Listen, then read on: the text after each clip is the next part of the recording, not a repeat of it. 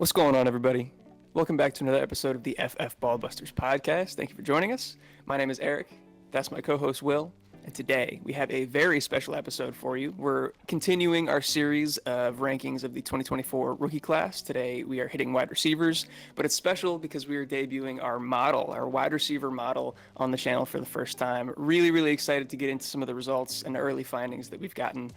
Before we get into that, Will, do you have anything to say to the people? Absolutely, guys. We've been seeing that subscriber count go up, and we appreciate all the work that you guys have been doing and following the channel and just supporting us. And we just want to make sure we keep that going. So if you're a first-time viewer or you've just been viewing and you haven't hit that subscribe button yet, hit that subscribe button, hit that notification bell. That way you know when we drop all of our latest videos. But with that being said, we're good to go. Absolutely. So again, super excited to get this information out to you guys finally. We've been working on it for months at this point. So to give you a little introduction to the model, first I want to shout out some friends that helped me build it, Rob and Vishy especially. I couldn't have done this on my own. They helped me a ton with kind of the background and the setup of the structure of this model. So thank you to you guys if you guys are watching. But for the model itself, basically, I compiled a list of stats for wide receivers that are most predictive from college to the NFL. I did the math to figure out how correlated each of these stats were to NFL production, and I used that along with some other criteria in order to determine my weighting system for each of these variables. I also incorporated a film grade from JPG and the FF Astronauts, so shout out to them. Highly recommend you go check out their content as well. And then, like I said, I had the help from some friends in order to develop a background formula that would take all of those variables and spit out a grade. And then I input the last 5 years draft classes from 2019 to 2023, as well as this year's 2024, did some more tinkering, and we've finally gotten to this point where I'm now confident to share those results with you guys. From a data and math standpoint, the model grades are really strongly correlated to year one production and 3-year average production once you get to the NFL for these wide receiver prospects. And from a practicality standpoint, I think it's a great tool to help you guys gain an edge and an advantage versus consensus and versus ADP. But let's transition into some actual player talk here for these 2024 wide receiver prospects. The top three aren't going to be a surprise to anybody. We're talking Marvin Harrison Jr., Malik Nabers, and Rome Odunze. Malik Nabers does end up finding his way to the top of the list at a very high score of 9.518. Marvin Harrison Jr. in a close second at 9.241. Rome Odunze, still a very high grade, but a distant third at 8.450. Grades are fantastic. I'll get into some more context on that. But Will, how do you feel about these three wide receivers being at the top? Do you feel like they'll live up to the hype? And based on their grades being this high, do you consider taking any or all of them over any of the quarterbacks in Superflex rookie drafts? So I think that all three of these guys are going to end up being studs at the next level, barring any random acts of God or, random fall-offs, to be honest with you. All of them are kind of what I consider to be complete wide receivers, but complete in their own ways because they still have different skill sets and obviously different things that they excel at when it comes to, size, speed, strength, and route running. So I'm buying in on the hype for these guys, even without knowing where they're going to end up at, because I feel like they're just going to be studs for the foreseeable future. But when it comes to value and where I would value them at amongst the quarterbacks, I think Caleb Williams deserves at this point to be the 101. I think there is some argument there. I've seen some people say even MHJ at the 101, and I'm not mad at that. I'm not mad at that at all because I think MHJ is the clear number 2 at the very least. There's some debate, based on, I guess, how you feel, but I feel like MHJ should go before the other two quarterbacks in this draft. Malik Nabers even has a case for going above the other two quarterbacks in this draft as well. But with that being said, there's a lot of question marks when it comes to Jayden Daniels and Drake May. And I don't think there's any question marks with any three of these guys. The only one that I'm a little bit lower on, I guess, is just Rome Odunze. But at the same time, I still feel like there's a lot of value in him. I would even take him before Drake May in this, situation. But I think that, I think these guys deserve at least Malik Nabers and MHJ to, of course, be top 5 picks in rookie drafts at the very least. But I think Nabers at the 4th overall is probably one of the more likely outcomes.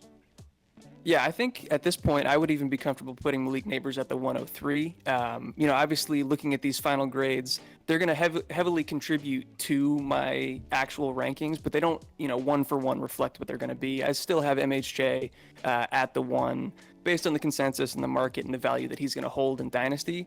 But talking about Malik Neighbors, like if we compare him to the rest of the database in the model, he is the number one ranked wide receiver since 2019, above Jamar Chase. That's, with the current projected draft capital of fifth overall, and with the film grade, along with an incredible analytical profile, he grades out incredibly so far in this model. Marvin Harrison Jr., I believe, would be fourth all time since 2019. And Rome Odunze would sneak into the top 10, I think, at the 10 spot if we were to combine the rankings with everybody in this model. So I would say it's top heavy, but there's a lot of depth in this class as well. But the top end of this class is genuinely like blue chip top tier prospects. I've seen a lot of people comparing it to the AJ Green, Julio Jones draft class. And honestly, I think there's a chance that it could live up to something like that. No, absolutely. I think this draft class has a lot of diamonds to be found in the, quote unquote rough. But like you said, it's just so much like depth at this wide receiver class that there's going to be a lot of talent there to be found in these rookie drafts, especially late in the drafts too. But we'll talk about that when we get there. Yeah, exactly. So let's move forward a little bit. We'll talk about the next three guys on the list here. Brian Thomas Jr., Troy Franklin, and Ladd McConkey are the 3 through 6 according to our model. In terms of like strengths and weaknesses of their profile, obviously it's a little bit of a drop off from the top 3. But Brian Thomas Jr. has a really good profile in terms of what we saw from him in his best year, this most recent season. Obviously, there's some deficiencies from the first 2 years of his career before he really got on track. And so that brings down his average values. But there's really very little red when we look at deficiencies in his profile. He's really well rounded across the board. Obviously, a high touchdown scorer, and was really good in the first down per target department. Really good in the contested target department. He was great all the way across the board. Troy Franklin in a similar boat where his highs weren't quite as high, but he had, again, almost no real drawbacks outside of size concerns. But production-wise, he was fantastic. And then Ladd McConkey is, an interesting case to look at where his per-game numbers weren't great because his usage wasn't as high, but his per-route run numbers were fantastic, and he was incredibly efficient with the work that he did get on the field. So I'm curious, what stood out to you guys, or to you, about these guys, either analytically or on film? And without knowing landing spot, where do you think these guys belong in rookie drafts? So when I was taking a look at these guys, when it comes to Brian Thomas Jr., I see a guy who is an extreme athlete and someone who is a good wide receiver to go along with that. He was able to stand alongside Malik Neighbors and obviously still have a very standout season, which is impressive in itself. Scoring 17 touchdowns, insane. But in terms of his route running, he's not as refined as Neighbors is, but he's got all the physical abilities he would kind of need to be able to get better at that. You know what I mean? Because you can't teach the athletic end, but you can teach the route running. So he's got everything he needs to just clean things up a little bit more. And when it comes to where I think he's going to go in rookie drafts, I'm thinking towards that back third of, 12-team drafts, like somewhere around the 107 to 112 range. But I'm sure he's going to go somewhere around like the 107 to 109, somewhere in there. But I think that, that's where he deserves to be.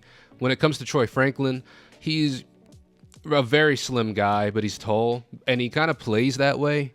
He's very shifty, good at releasing off the line, uses his hands a little bit to get open, but not great at taking contact because he's like 175 pounds, so that's kind of expected with that. And we were disappointed by what he did at the Combine, so we kind of got to rely on what we saw on tape.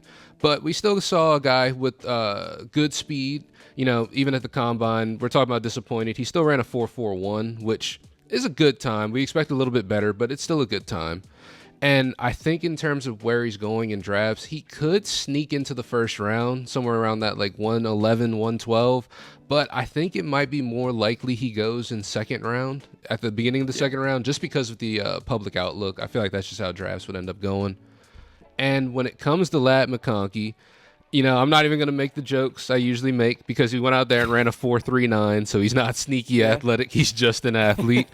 But seriously though, like Lad's shooting up a lot of boards for people and for good reason.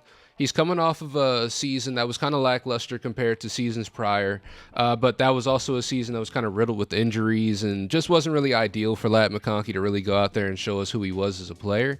But I think he's a guy who's going to walk into the league and be extremely effective, whether you put him in the slot. And he's one of those guys you can move around the field, too, because he's good at playing on the outside as well. He's not just a slot guy. So I think that right now he's likely to be early second, but I would not be surprised he sneaks in late first, especially like even our last mock draft. You drafted him at the 112. So it's something that's going to become more and more likely that I think he might even end up rising up higher and higher, especially depending on landing spot. Yeah, no, I could see that as well. I like that a lot.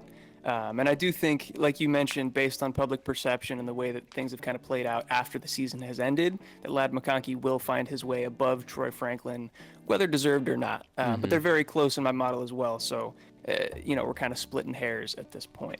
Absolutely. Let's move on to the next kind of tier here. Not tier, but this is where the grades really got interesting, in my opinion, and where some surprises rose up the ranks a lot further than I would have expected them to. Looking at the 7 and 8 spot, Jermaine Burton and Javon Baker are the next two highest ranked wide receivers in this class, according to my model.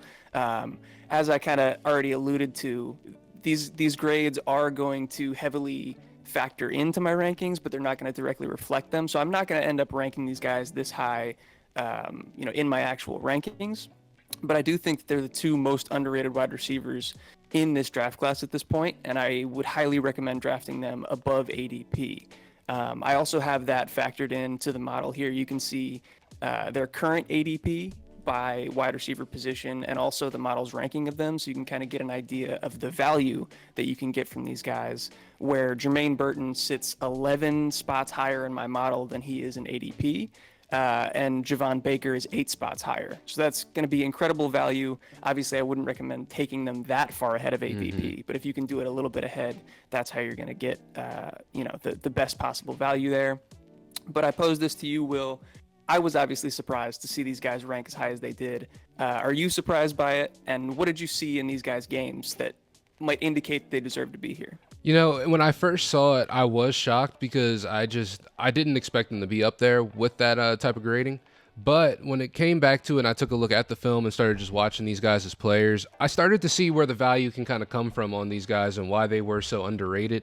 Of course, with Javon Baker, the beginning of his career wasn't great. Started at Alabama, didn't really play a whole lot, transferred to UCF, and then we got to see more of what he had in his tool bag. And I think, just in terms of being a solid wide receiver in the NFL, he's got all the, tools that he needs to do it. Good release off the line, able to contort his body and, stay in bounds on those tough catches, good sideline awareness. He's just really, really good at, the little things that would go a long way, in football that the teams would value. But when it comes to rookie drafts, I think exactly like what you said, these guys are going to potentially be amazing values tucked in the 3rd and 4th round that maybe people's radars aren't quite, tuned into.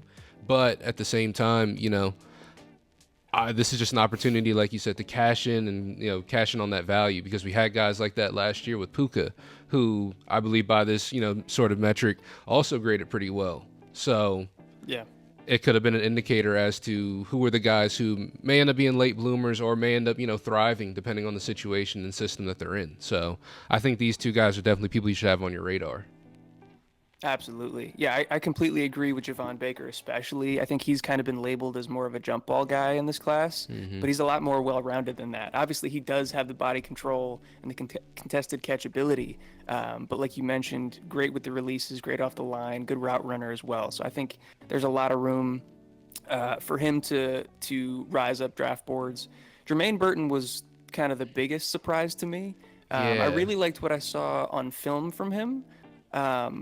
But analytically, statistically, he's always kind of been on the back burner. When he was at Georgia, Georgia wide receivers typically don't produce a ton anyway, just based on the way that they rotate through. And then he transferred to Alabama, was kind of behind some guys and so wasn't the featured guy. And then Bryce Young left, the quarterback play kind of dropped. So it's been a roller coaster ride for him.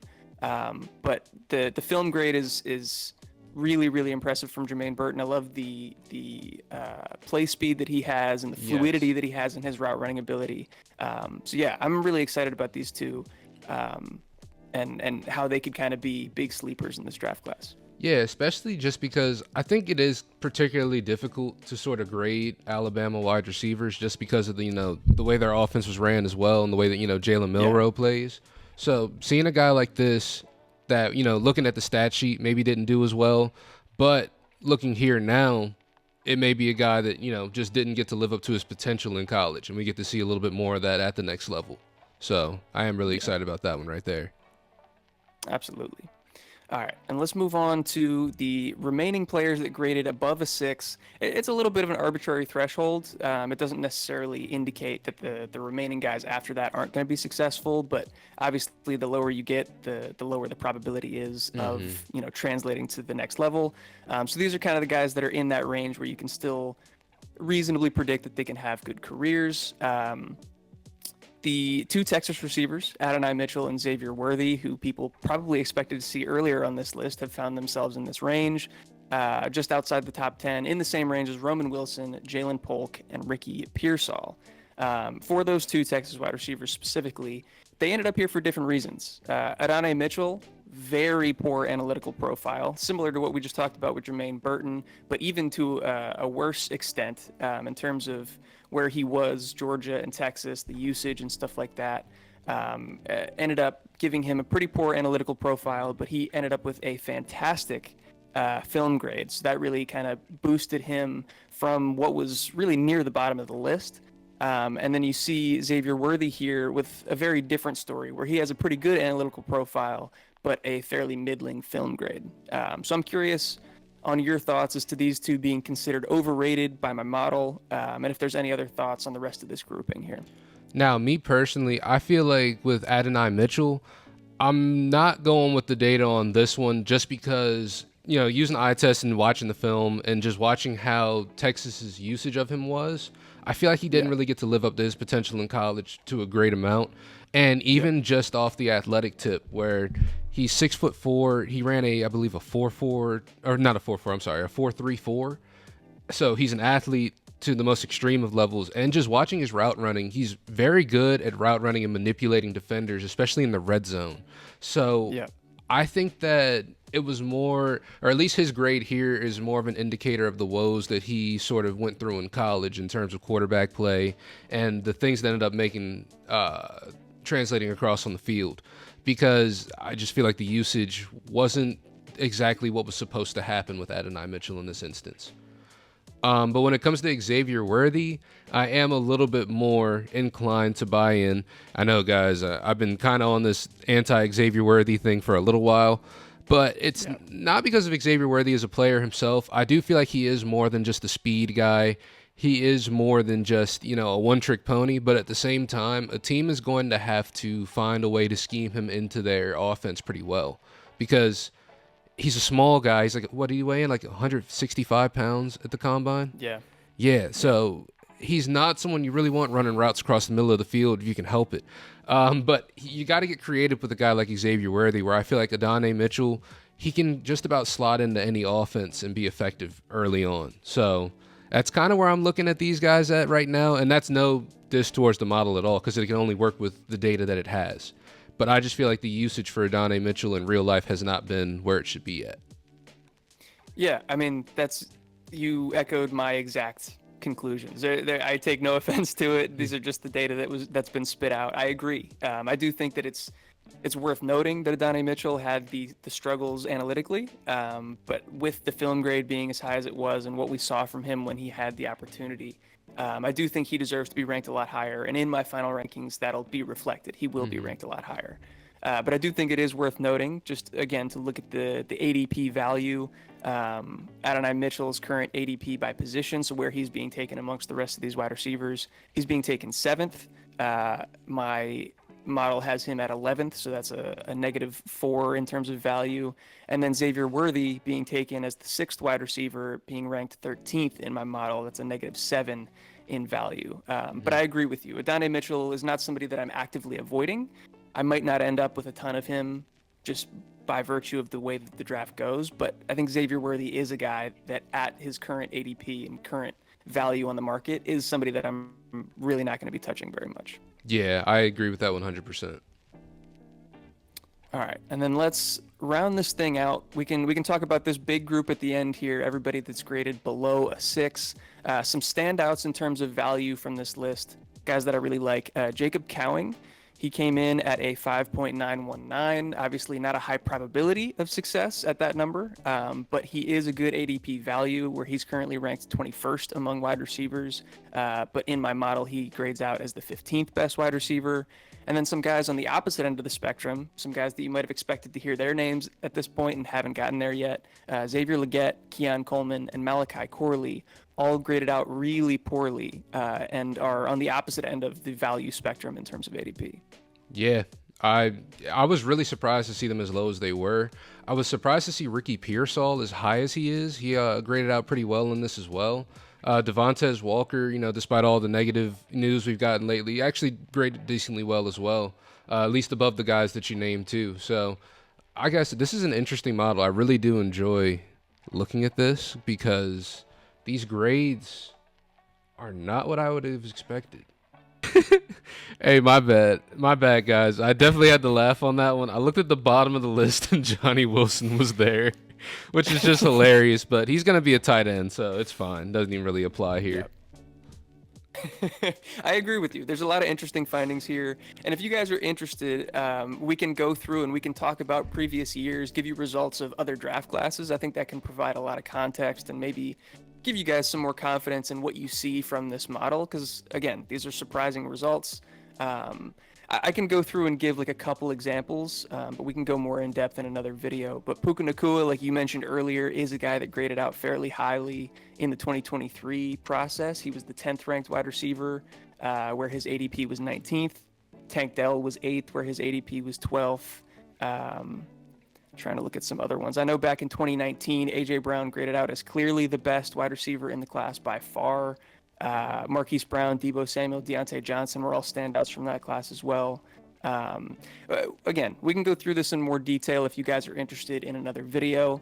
But those are just kind of some standouts from other classes to give you an idea of the ADP value that you can find using this model. So I hope you guys enjoyed. I hope you guys learned something from it. Obviously, if you have any questions, I'm sure there's going to be a ton. Drop them down in the comments or check the link in the description for our Discord if you want to have a more in-depth conversation with us. We got a great group of people over there that are talking Dynasty and fantasy football every single day. And also, like Will mentioned at the top, if you guys could continue that momentum that we've been getting with the support, hitting that subscribe button, hitting that like button, hitting that notification bell, that would mean a whole hell of a lot to us. So thank you guys so much for that. But I think that's all I got. Will, do you have anything else left to say to the people? Yeah, just make sure you check out the links in the description to our partners over at Do Numbers and Choice Music Group for just some cool apparel, cool music. And make sure you stick around for the song at the end too, because we make sure we play some of Choice Music Group's music as well. So with that being said, if you guys made it this far into the video, as always, we love you, and we'll catch you in the next one. Peace. Peace.